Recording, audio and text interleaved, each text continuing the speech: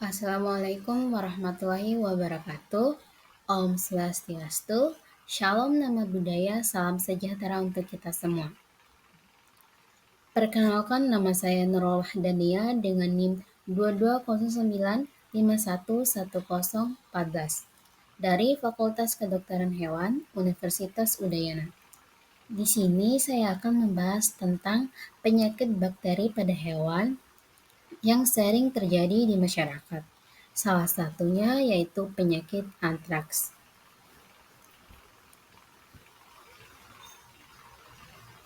Adapun topik yang akan dibahas yaitu latar belakang masalah, pembahasan, dan kesimpulan.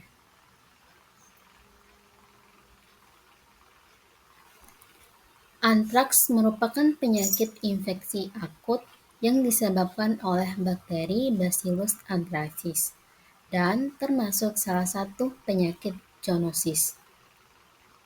Penyakit antraks kebanyakan menyerang hewan ternak seperti sapi, kerbau, kambing, anjing, domba, dan babi. Penyakit antraks dapat menginfeksi dari hewan ke manusia melalui kontak dengan lesi, ingesti, atau makan daging yang terkontaminasi. Penyakit antraks dapat ditemukan di seluruh dunia, namun kasus antraks biasanya terjadi di wilayah geografis yang terbatas. Wabah antraks paling sering terjadi di daerah yang memiliki karakteristik alkalin, tanah berkapur, lingkungan yang hangat, dan memiliki episode periodik banjir. Selanjutnya, pembahasan dari bakteri Bacillus anthracis. Bakteri Bacillus anthracis merupakan bakteri yang bersifat gram-positif, aerob, dan berbentuk spora yang terletak di sentra sel bila cukup oksigen. Dalam jaringan tubuh penderita ataupun bangkai yang tidak dibuka, bakteri selalu berselubung dan tidak pernah berspora karena tidak cukup oksigen. Bakteri ini menyerang berbagai jenis hewan pemamah biak, hewan liar, maupun manusia. Tetapi hewan-hewan berdarah dingin tidak terinfeksi sama sekali.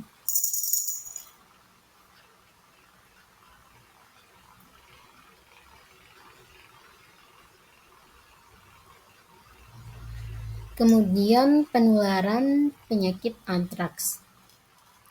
Penularan penyakit dapat diawali dari tanah yang berspora antraks, kemudian melalui luka kulit atau terhirup pernapasan, ataupun bersama pakan atau minum yang masuk ke pencernaan tubuh hewan dengan masa tunas berkisar 1-3 hari, dan kadang-kadang ada juga yang sampai 20 hari.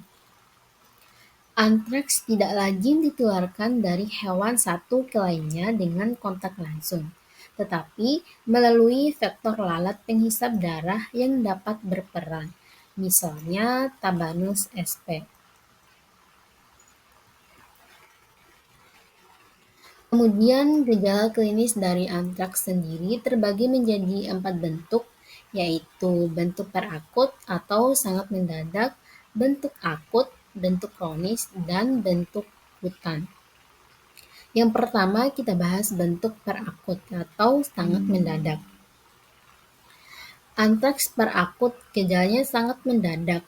Hewan mendadak mati karena pendarahan di otak.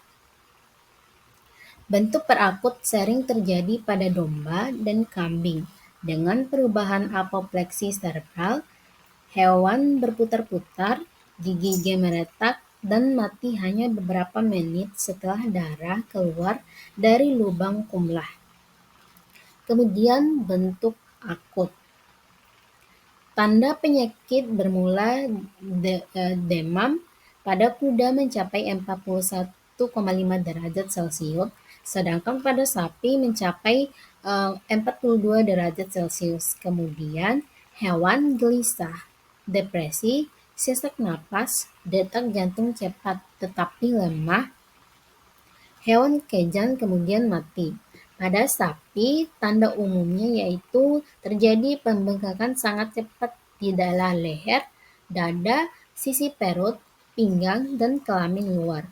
Dari lubang kumlah seperti telinga, hidung, anus, atau kelamin, keluar cairan darah encer merah kehitaman.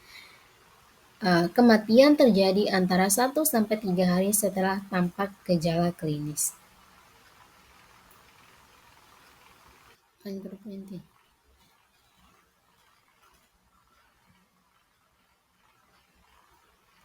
Selanjutnya, bentuk kronis.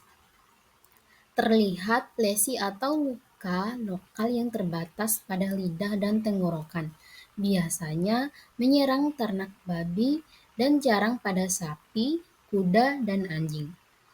Penyakit berakhir setelah 10-36 jam atau kadang-kadang mencapai 2-5 hari, tetapi pada sapi dapat berlangsung 2-3 bulan.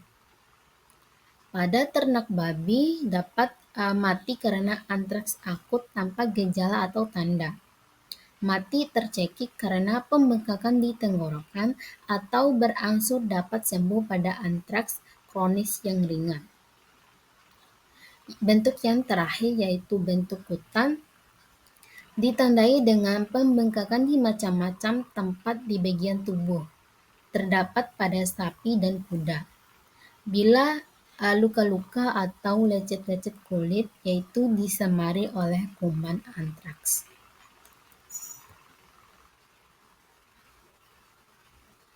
Adapun pencegahan dan pemberantasan penyakit antraks yang bisa dilakukan yaitu peraturan yang ketat dalam pengawasan pemasukan hewan ke daerah yang terkena wabah antraks.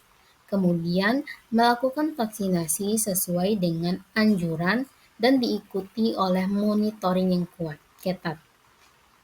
Selanjutnya melakukan penyuntikan antibiotik atau kemoterapeutik, penyuntikan serum kombinasi dengan antibiotik atau kemoterapeutik.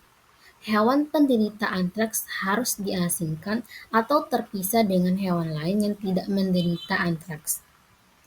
Kemudian membuat lubang sedalam minimal 2 meter untuk menampung sisa makanan dan tinja dari kandang hewan yang sakit atau sebagai penampung limbah asal hewan sakit. Hewan yang sakit jangan dikeluarkan dari tempatnya berdiam atau tetap ada di dalam kandangnya.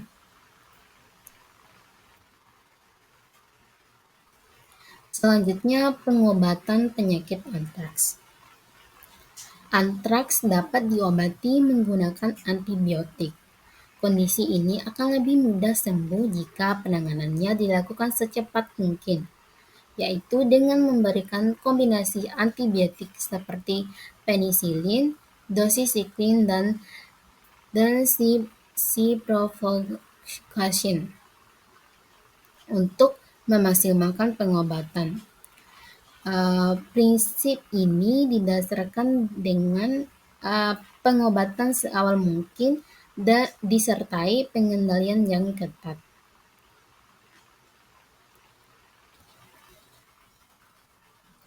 Kesimpulan, antraks merupakan penyakit infeksi akut yang disebabkan oleh bakteri Bacillus anthracis dan termasuk salah satu penyakit yang bersifat zoonosis. Penyakit antraks kebanyakan menyerang hewan ternak seperti sapi, kerbau, kambing, anjing, domba, dan babi. Penyakit ini dapat berakibat fatal dan menular antara hewan melalui kontak dengan spora bakteri. Pencegahan yang efektif yaitu melalui vaksinasi dan kebijakan sanitasi yang ketat sangat penting untuk mengendalikan penyebaran penyakit antraks. Sekian pembahasan antraks dari saya. Lebih dan kurangnya saya mohon maaf. Wassalamualaikum warahmatullahi wabarakatuh.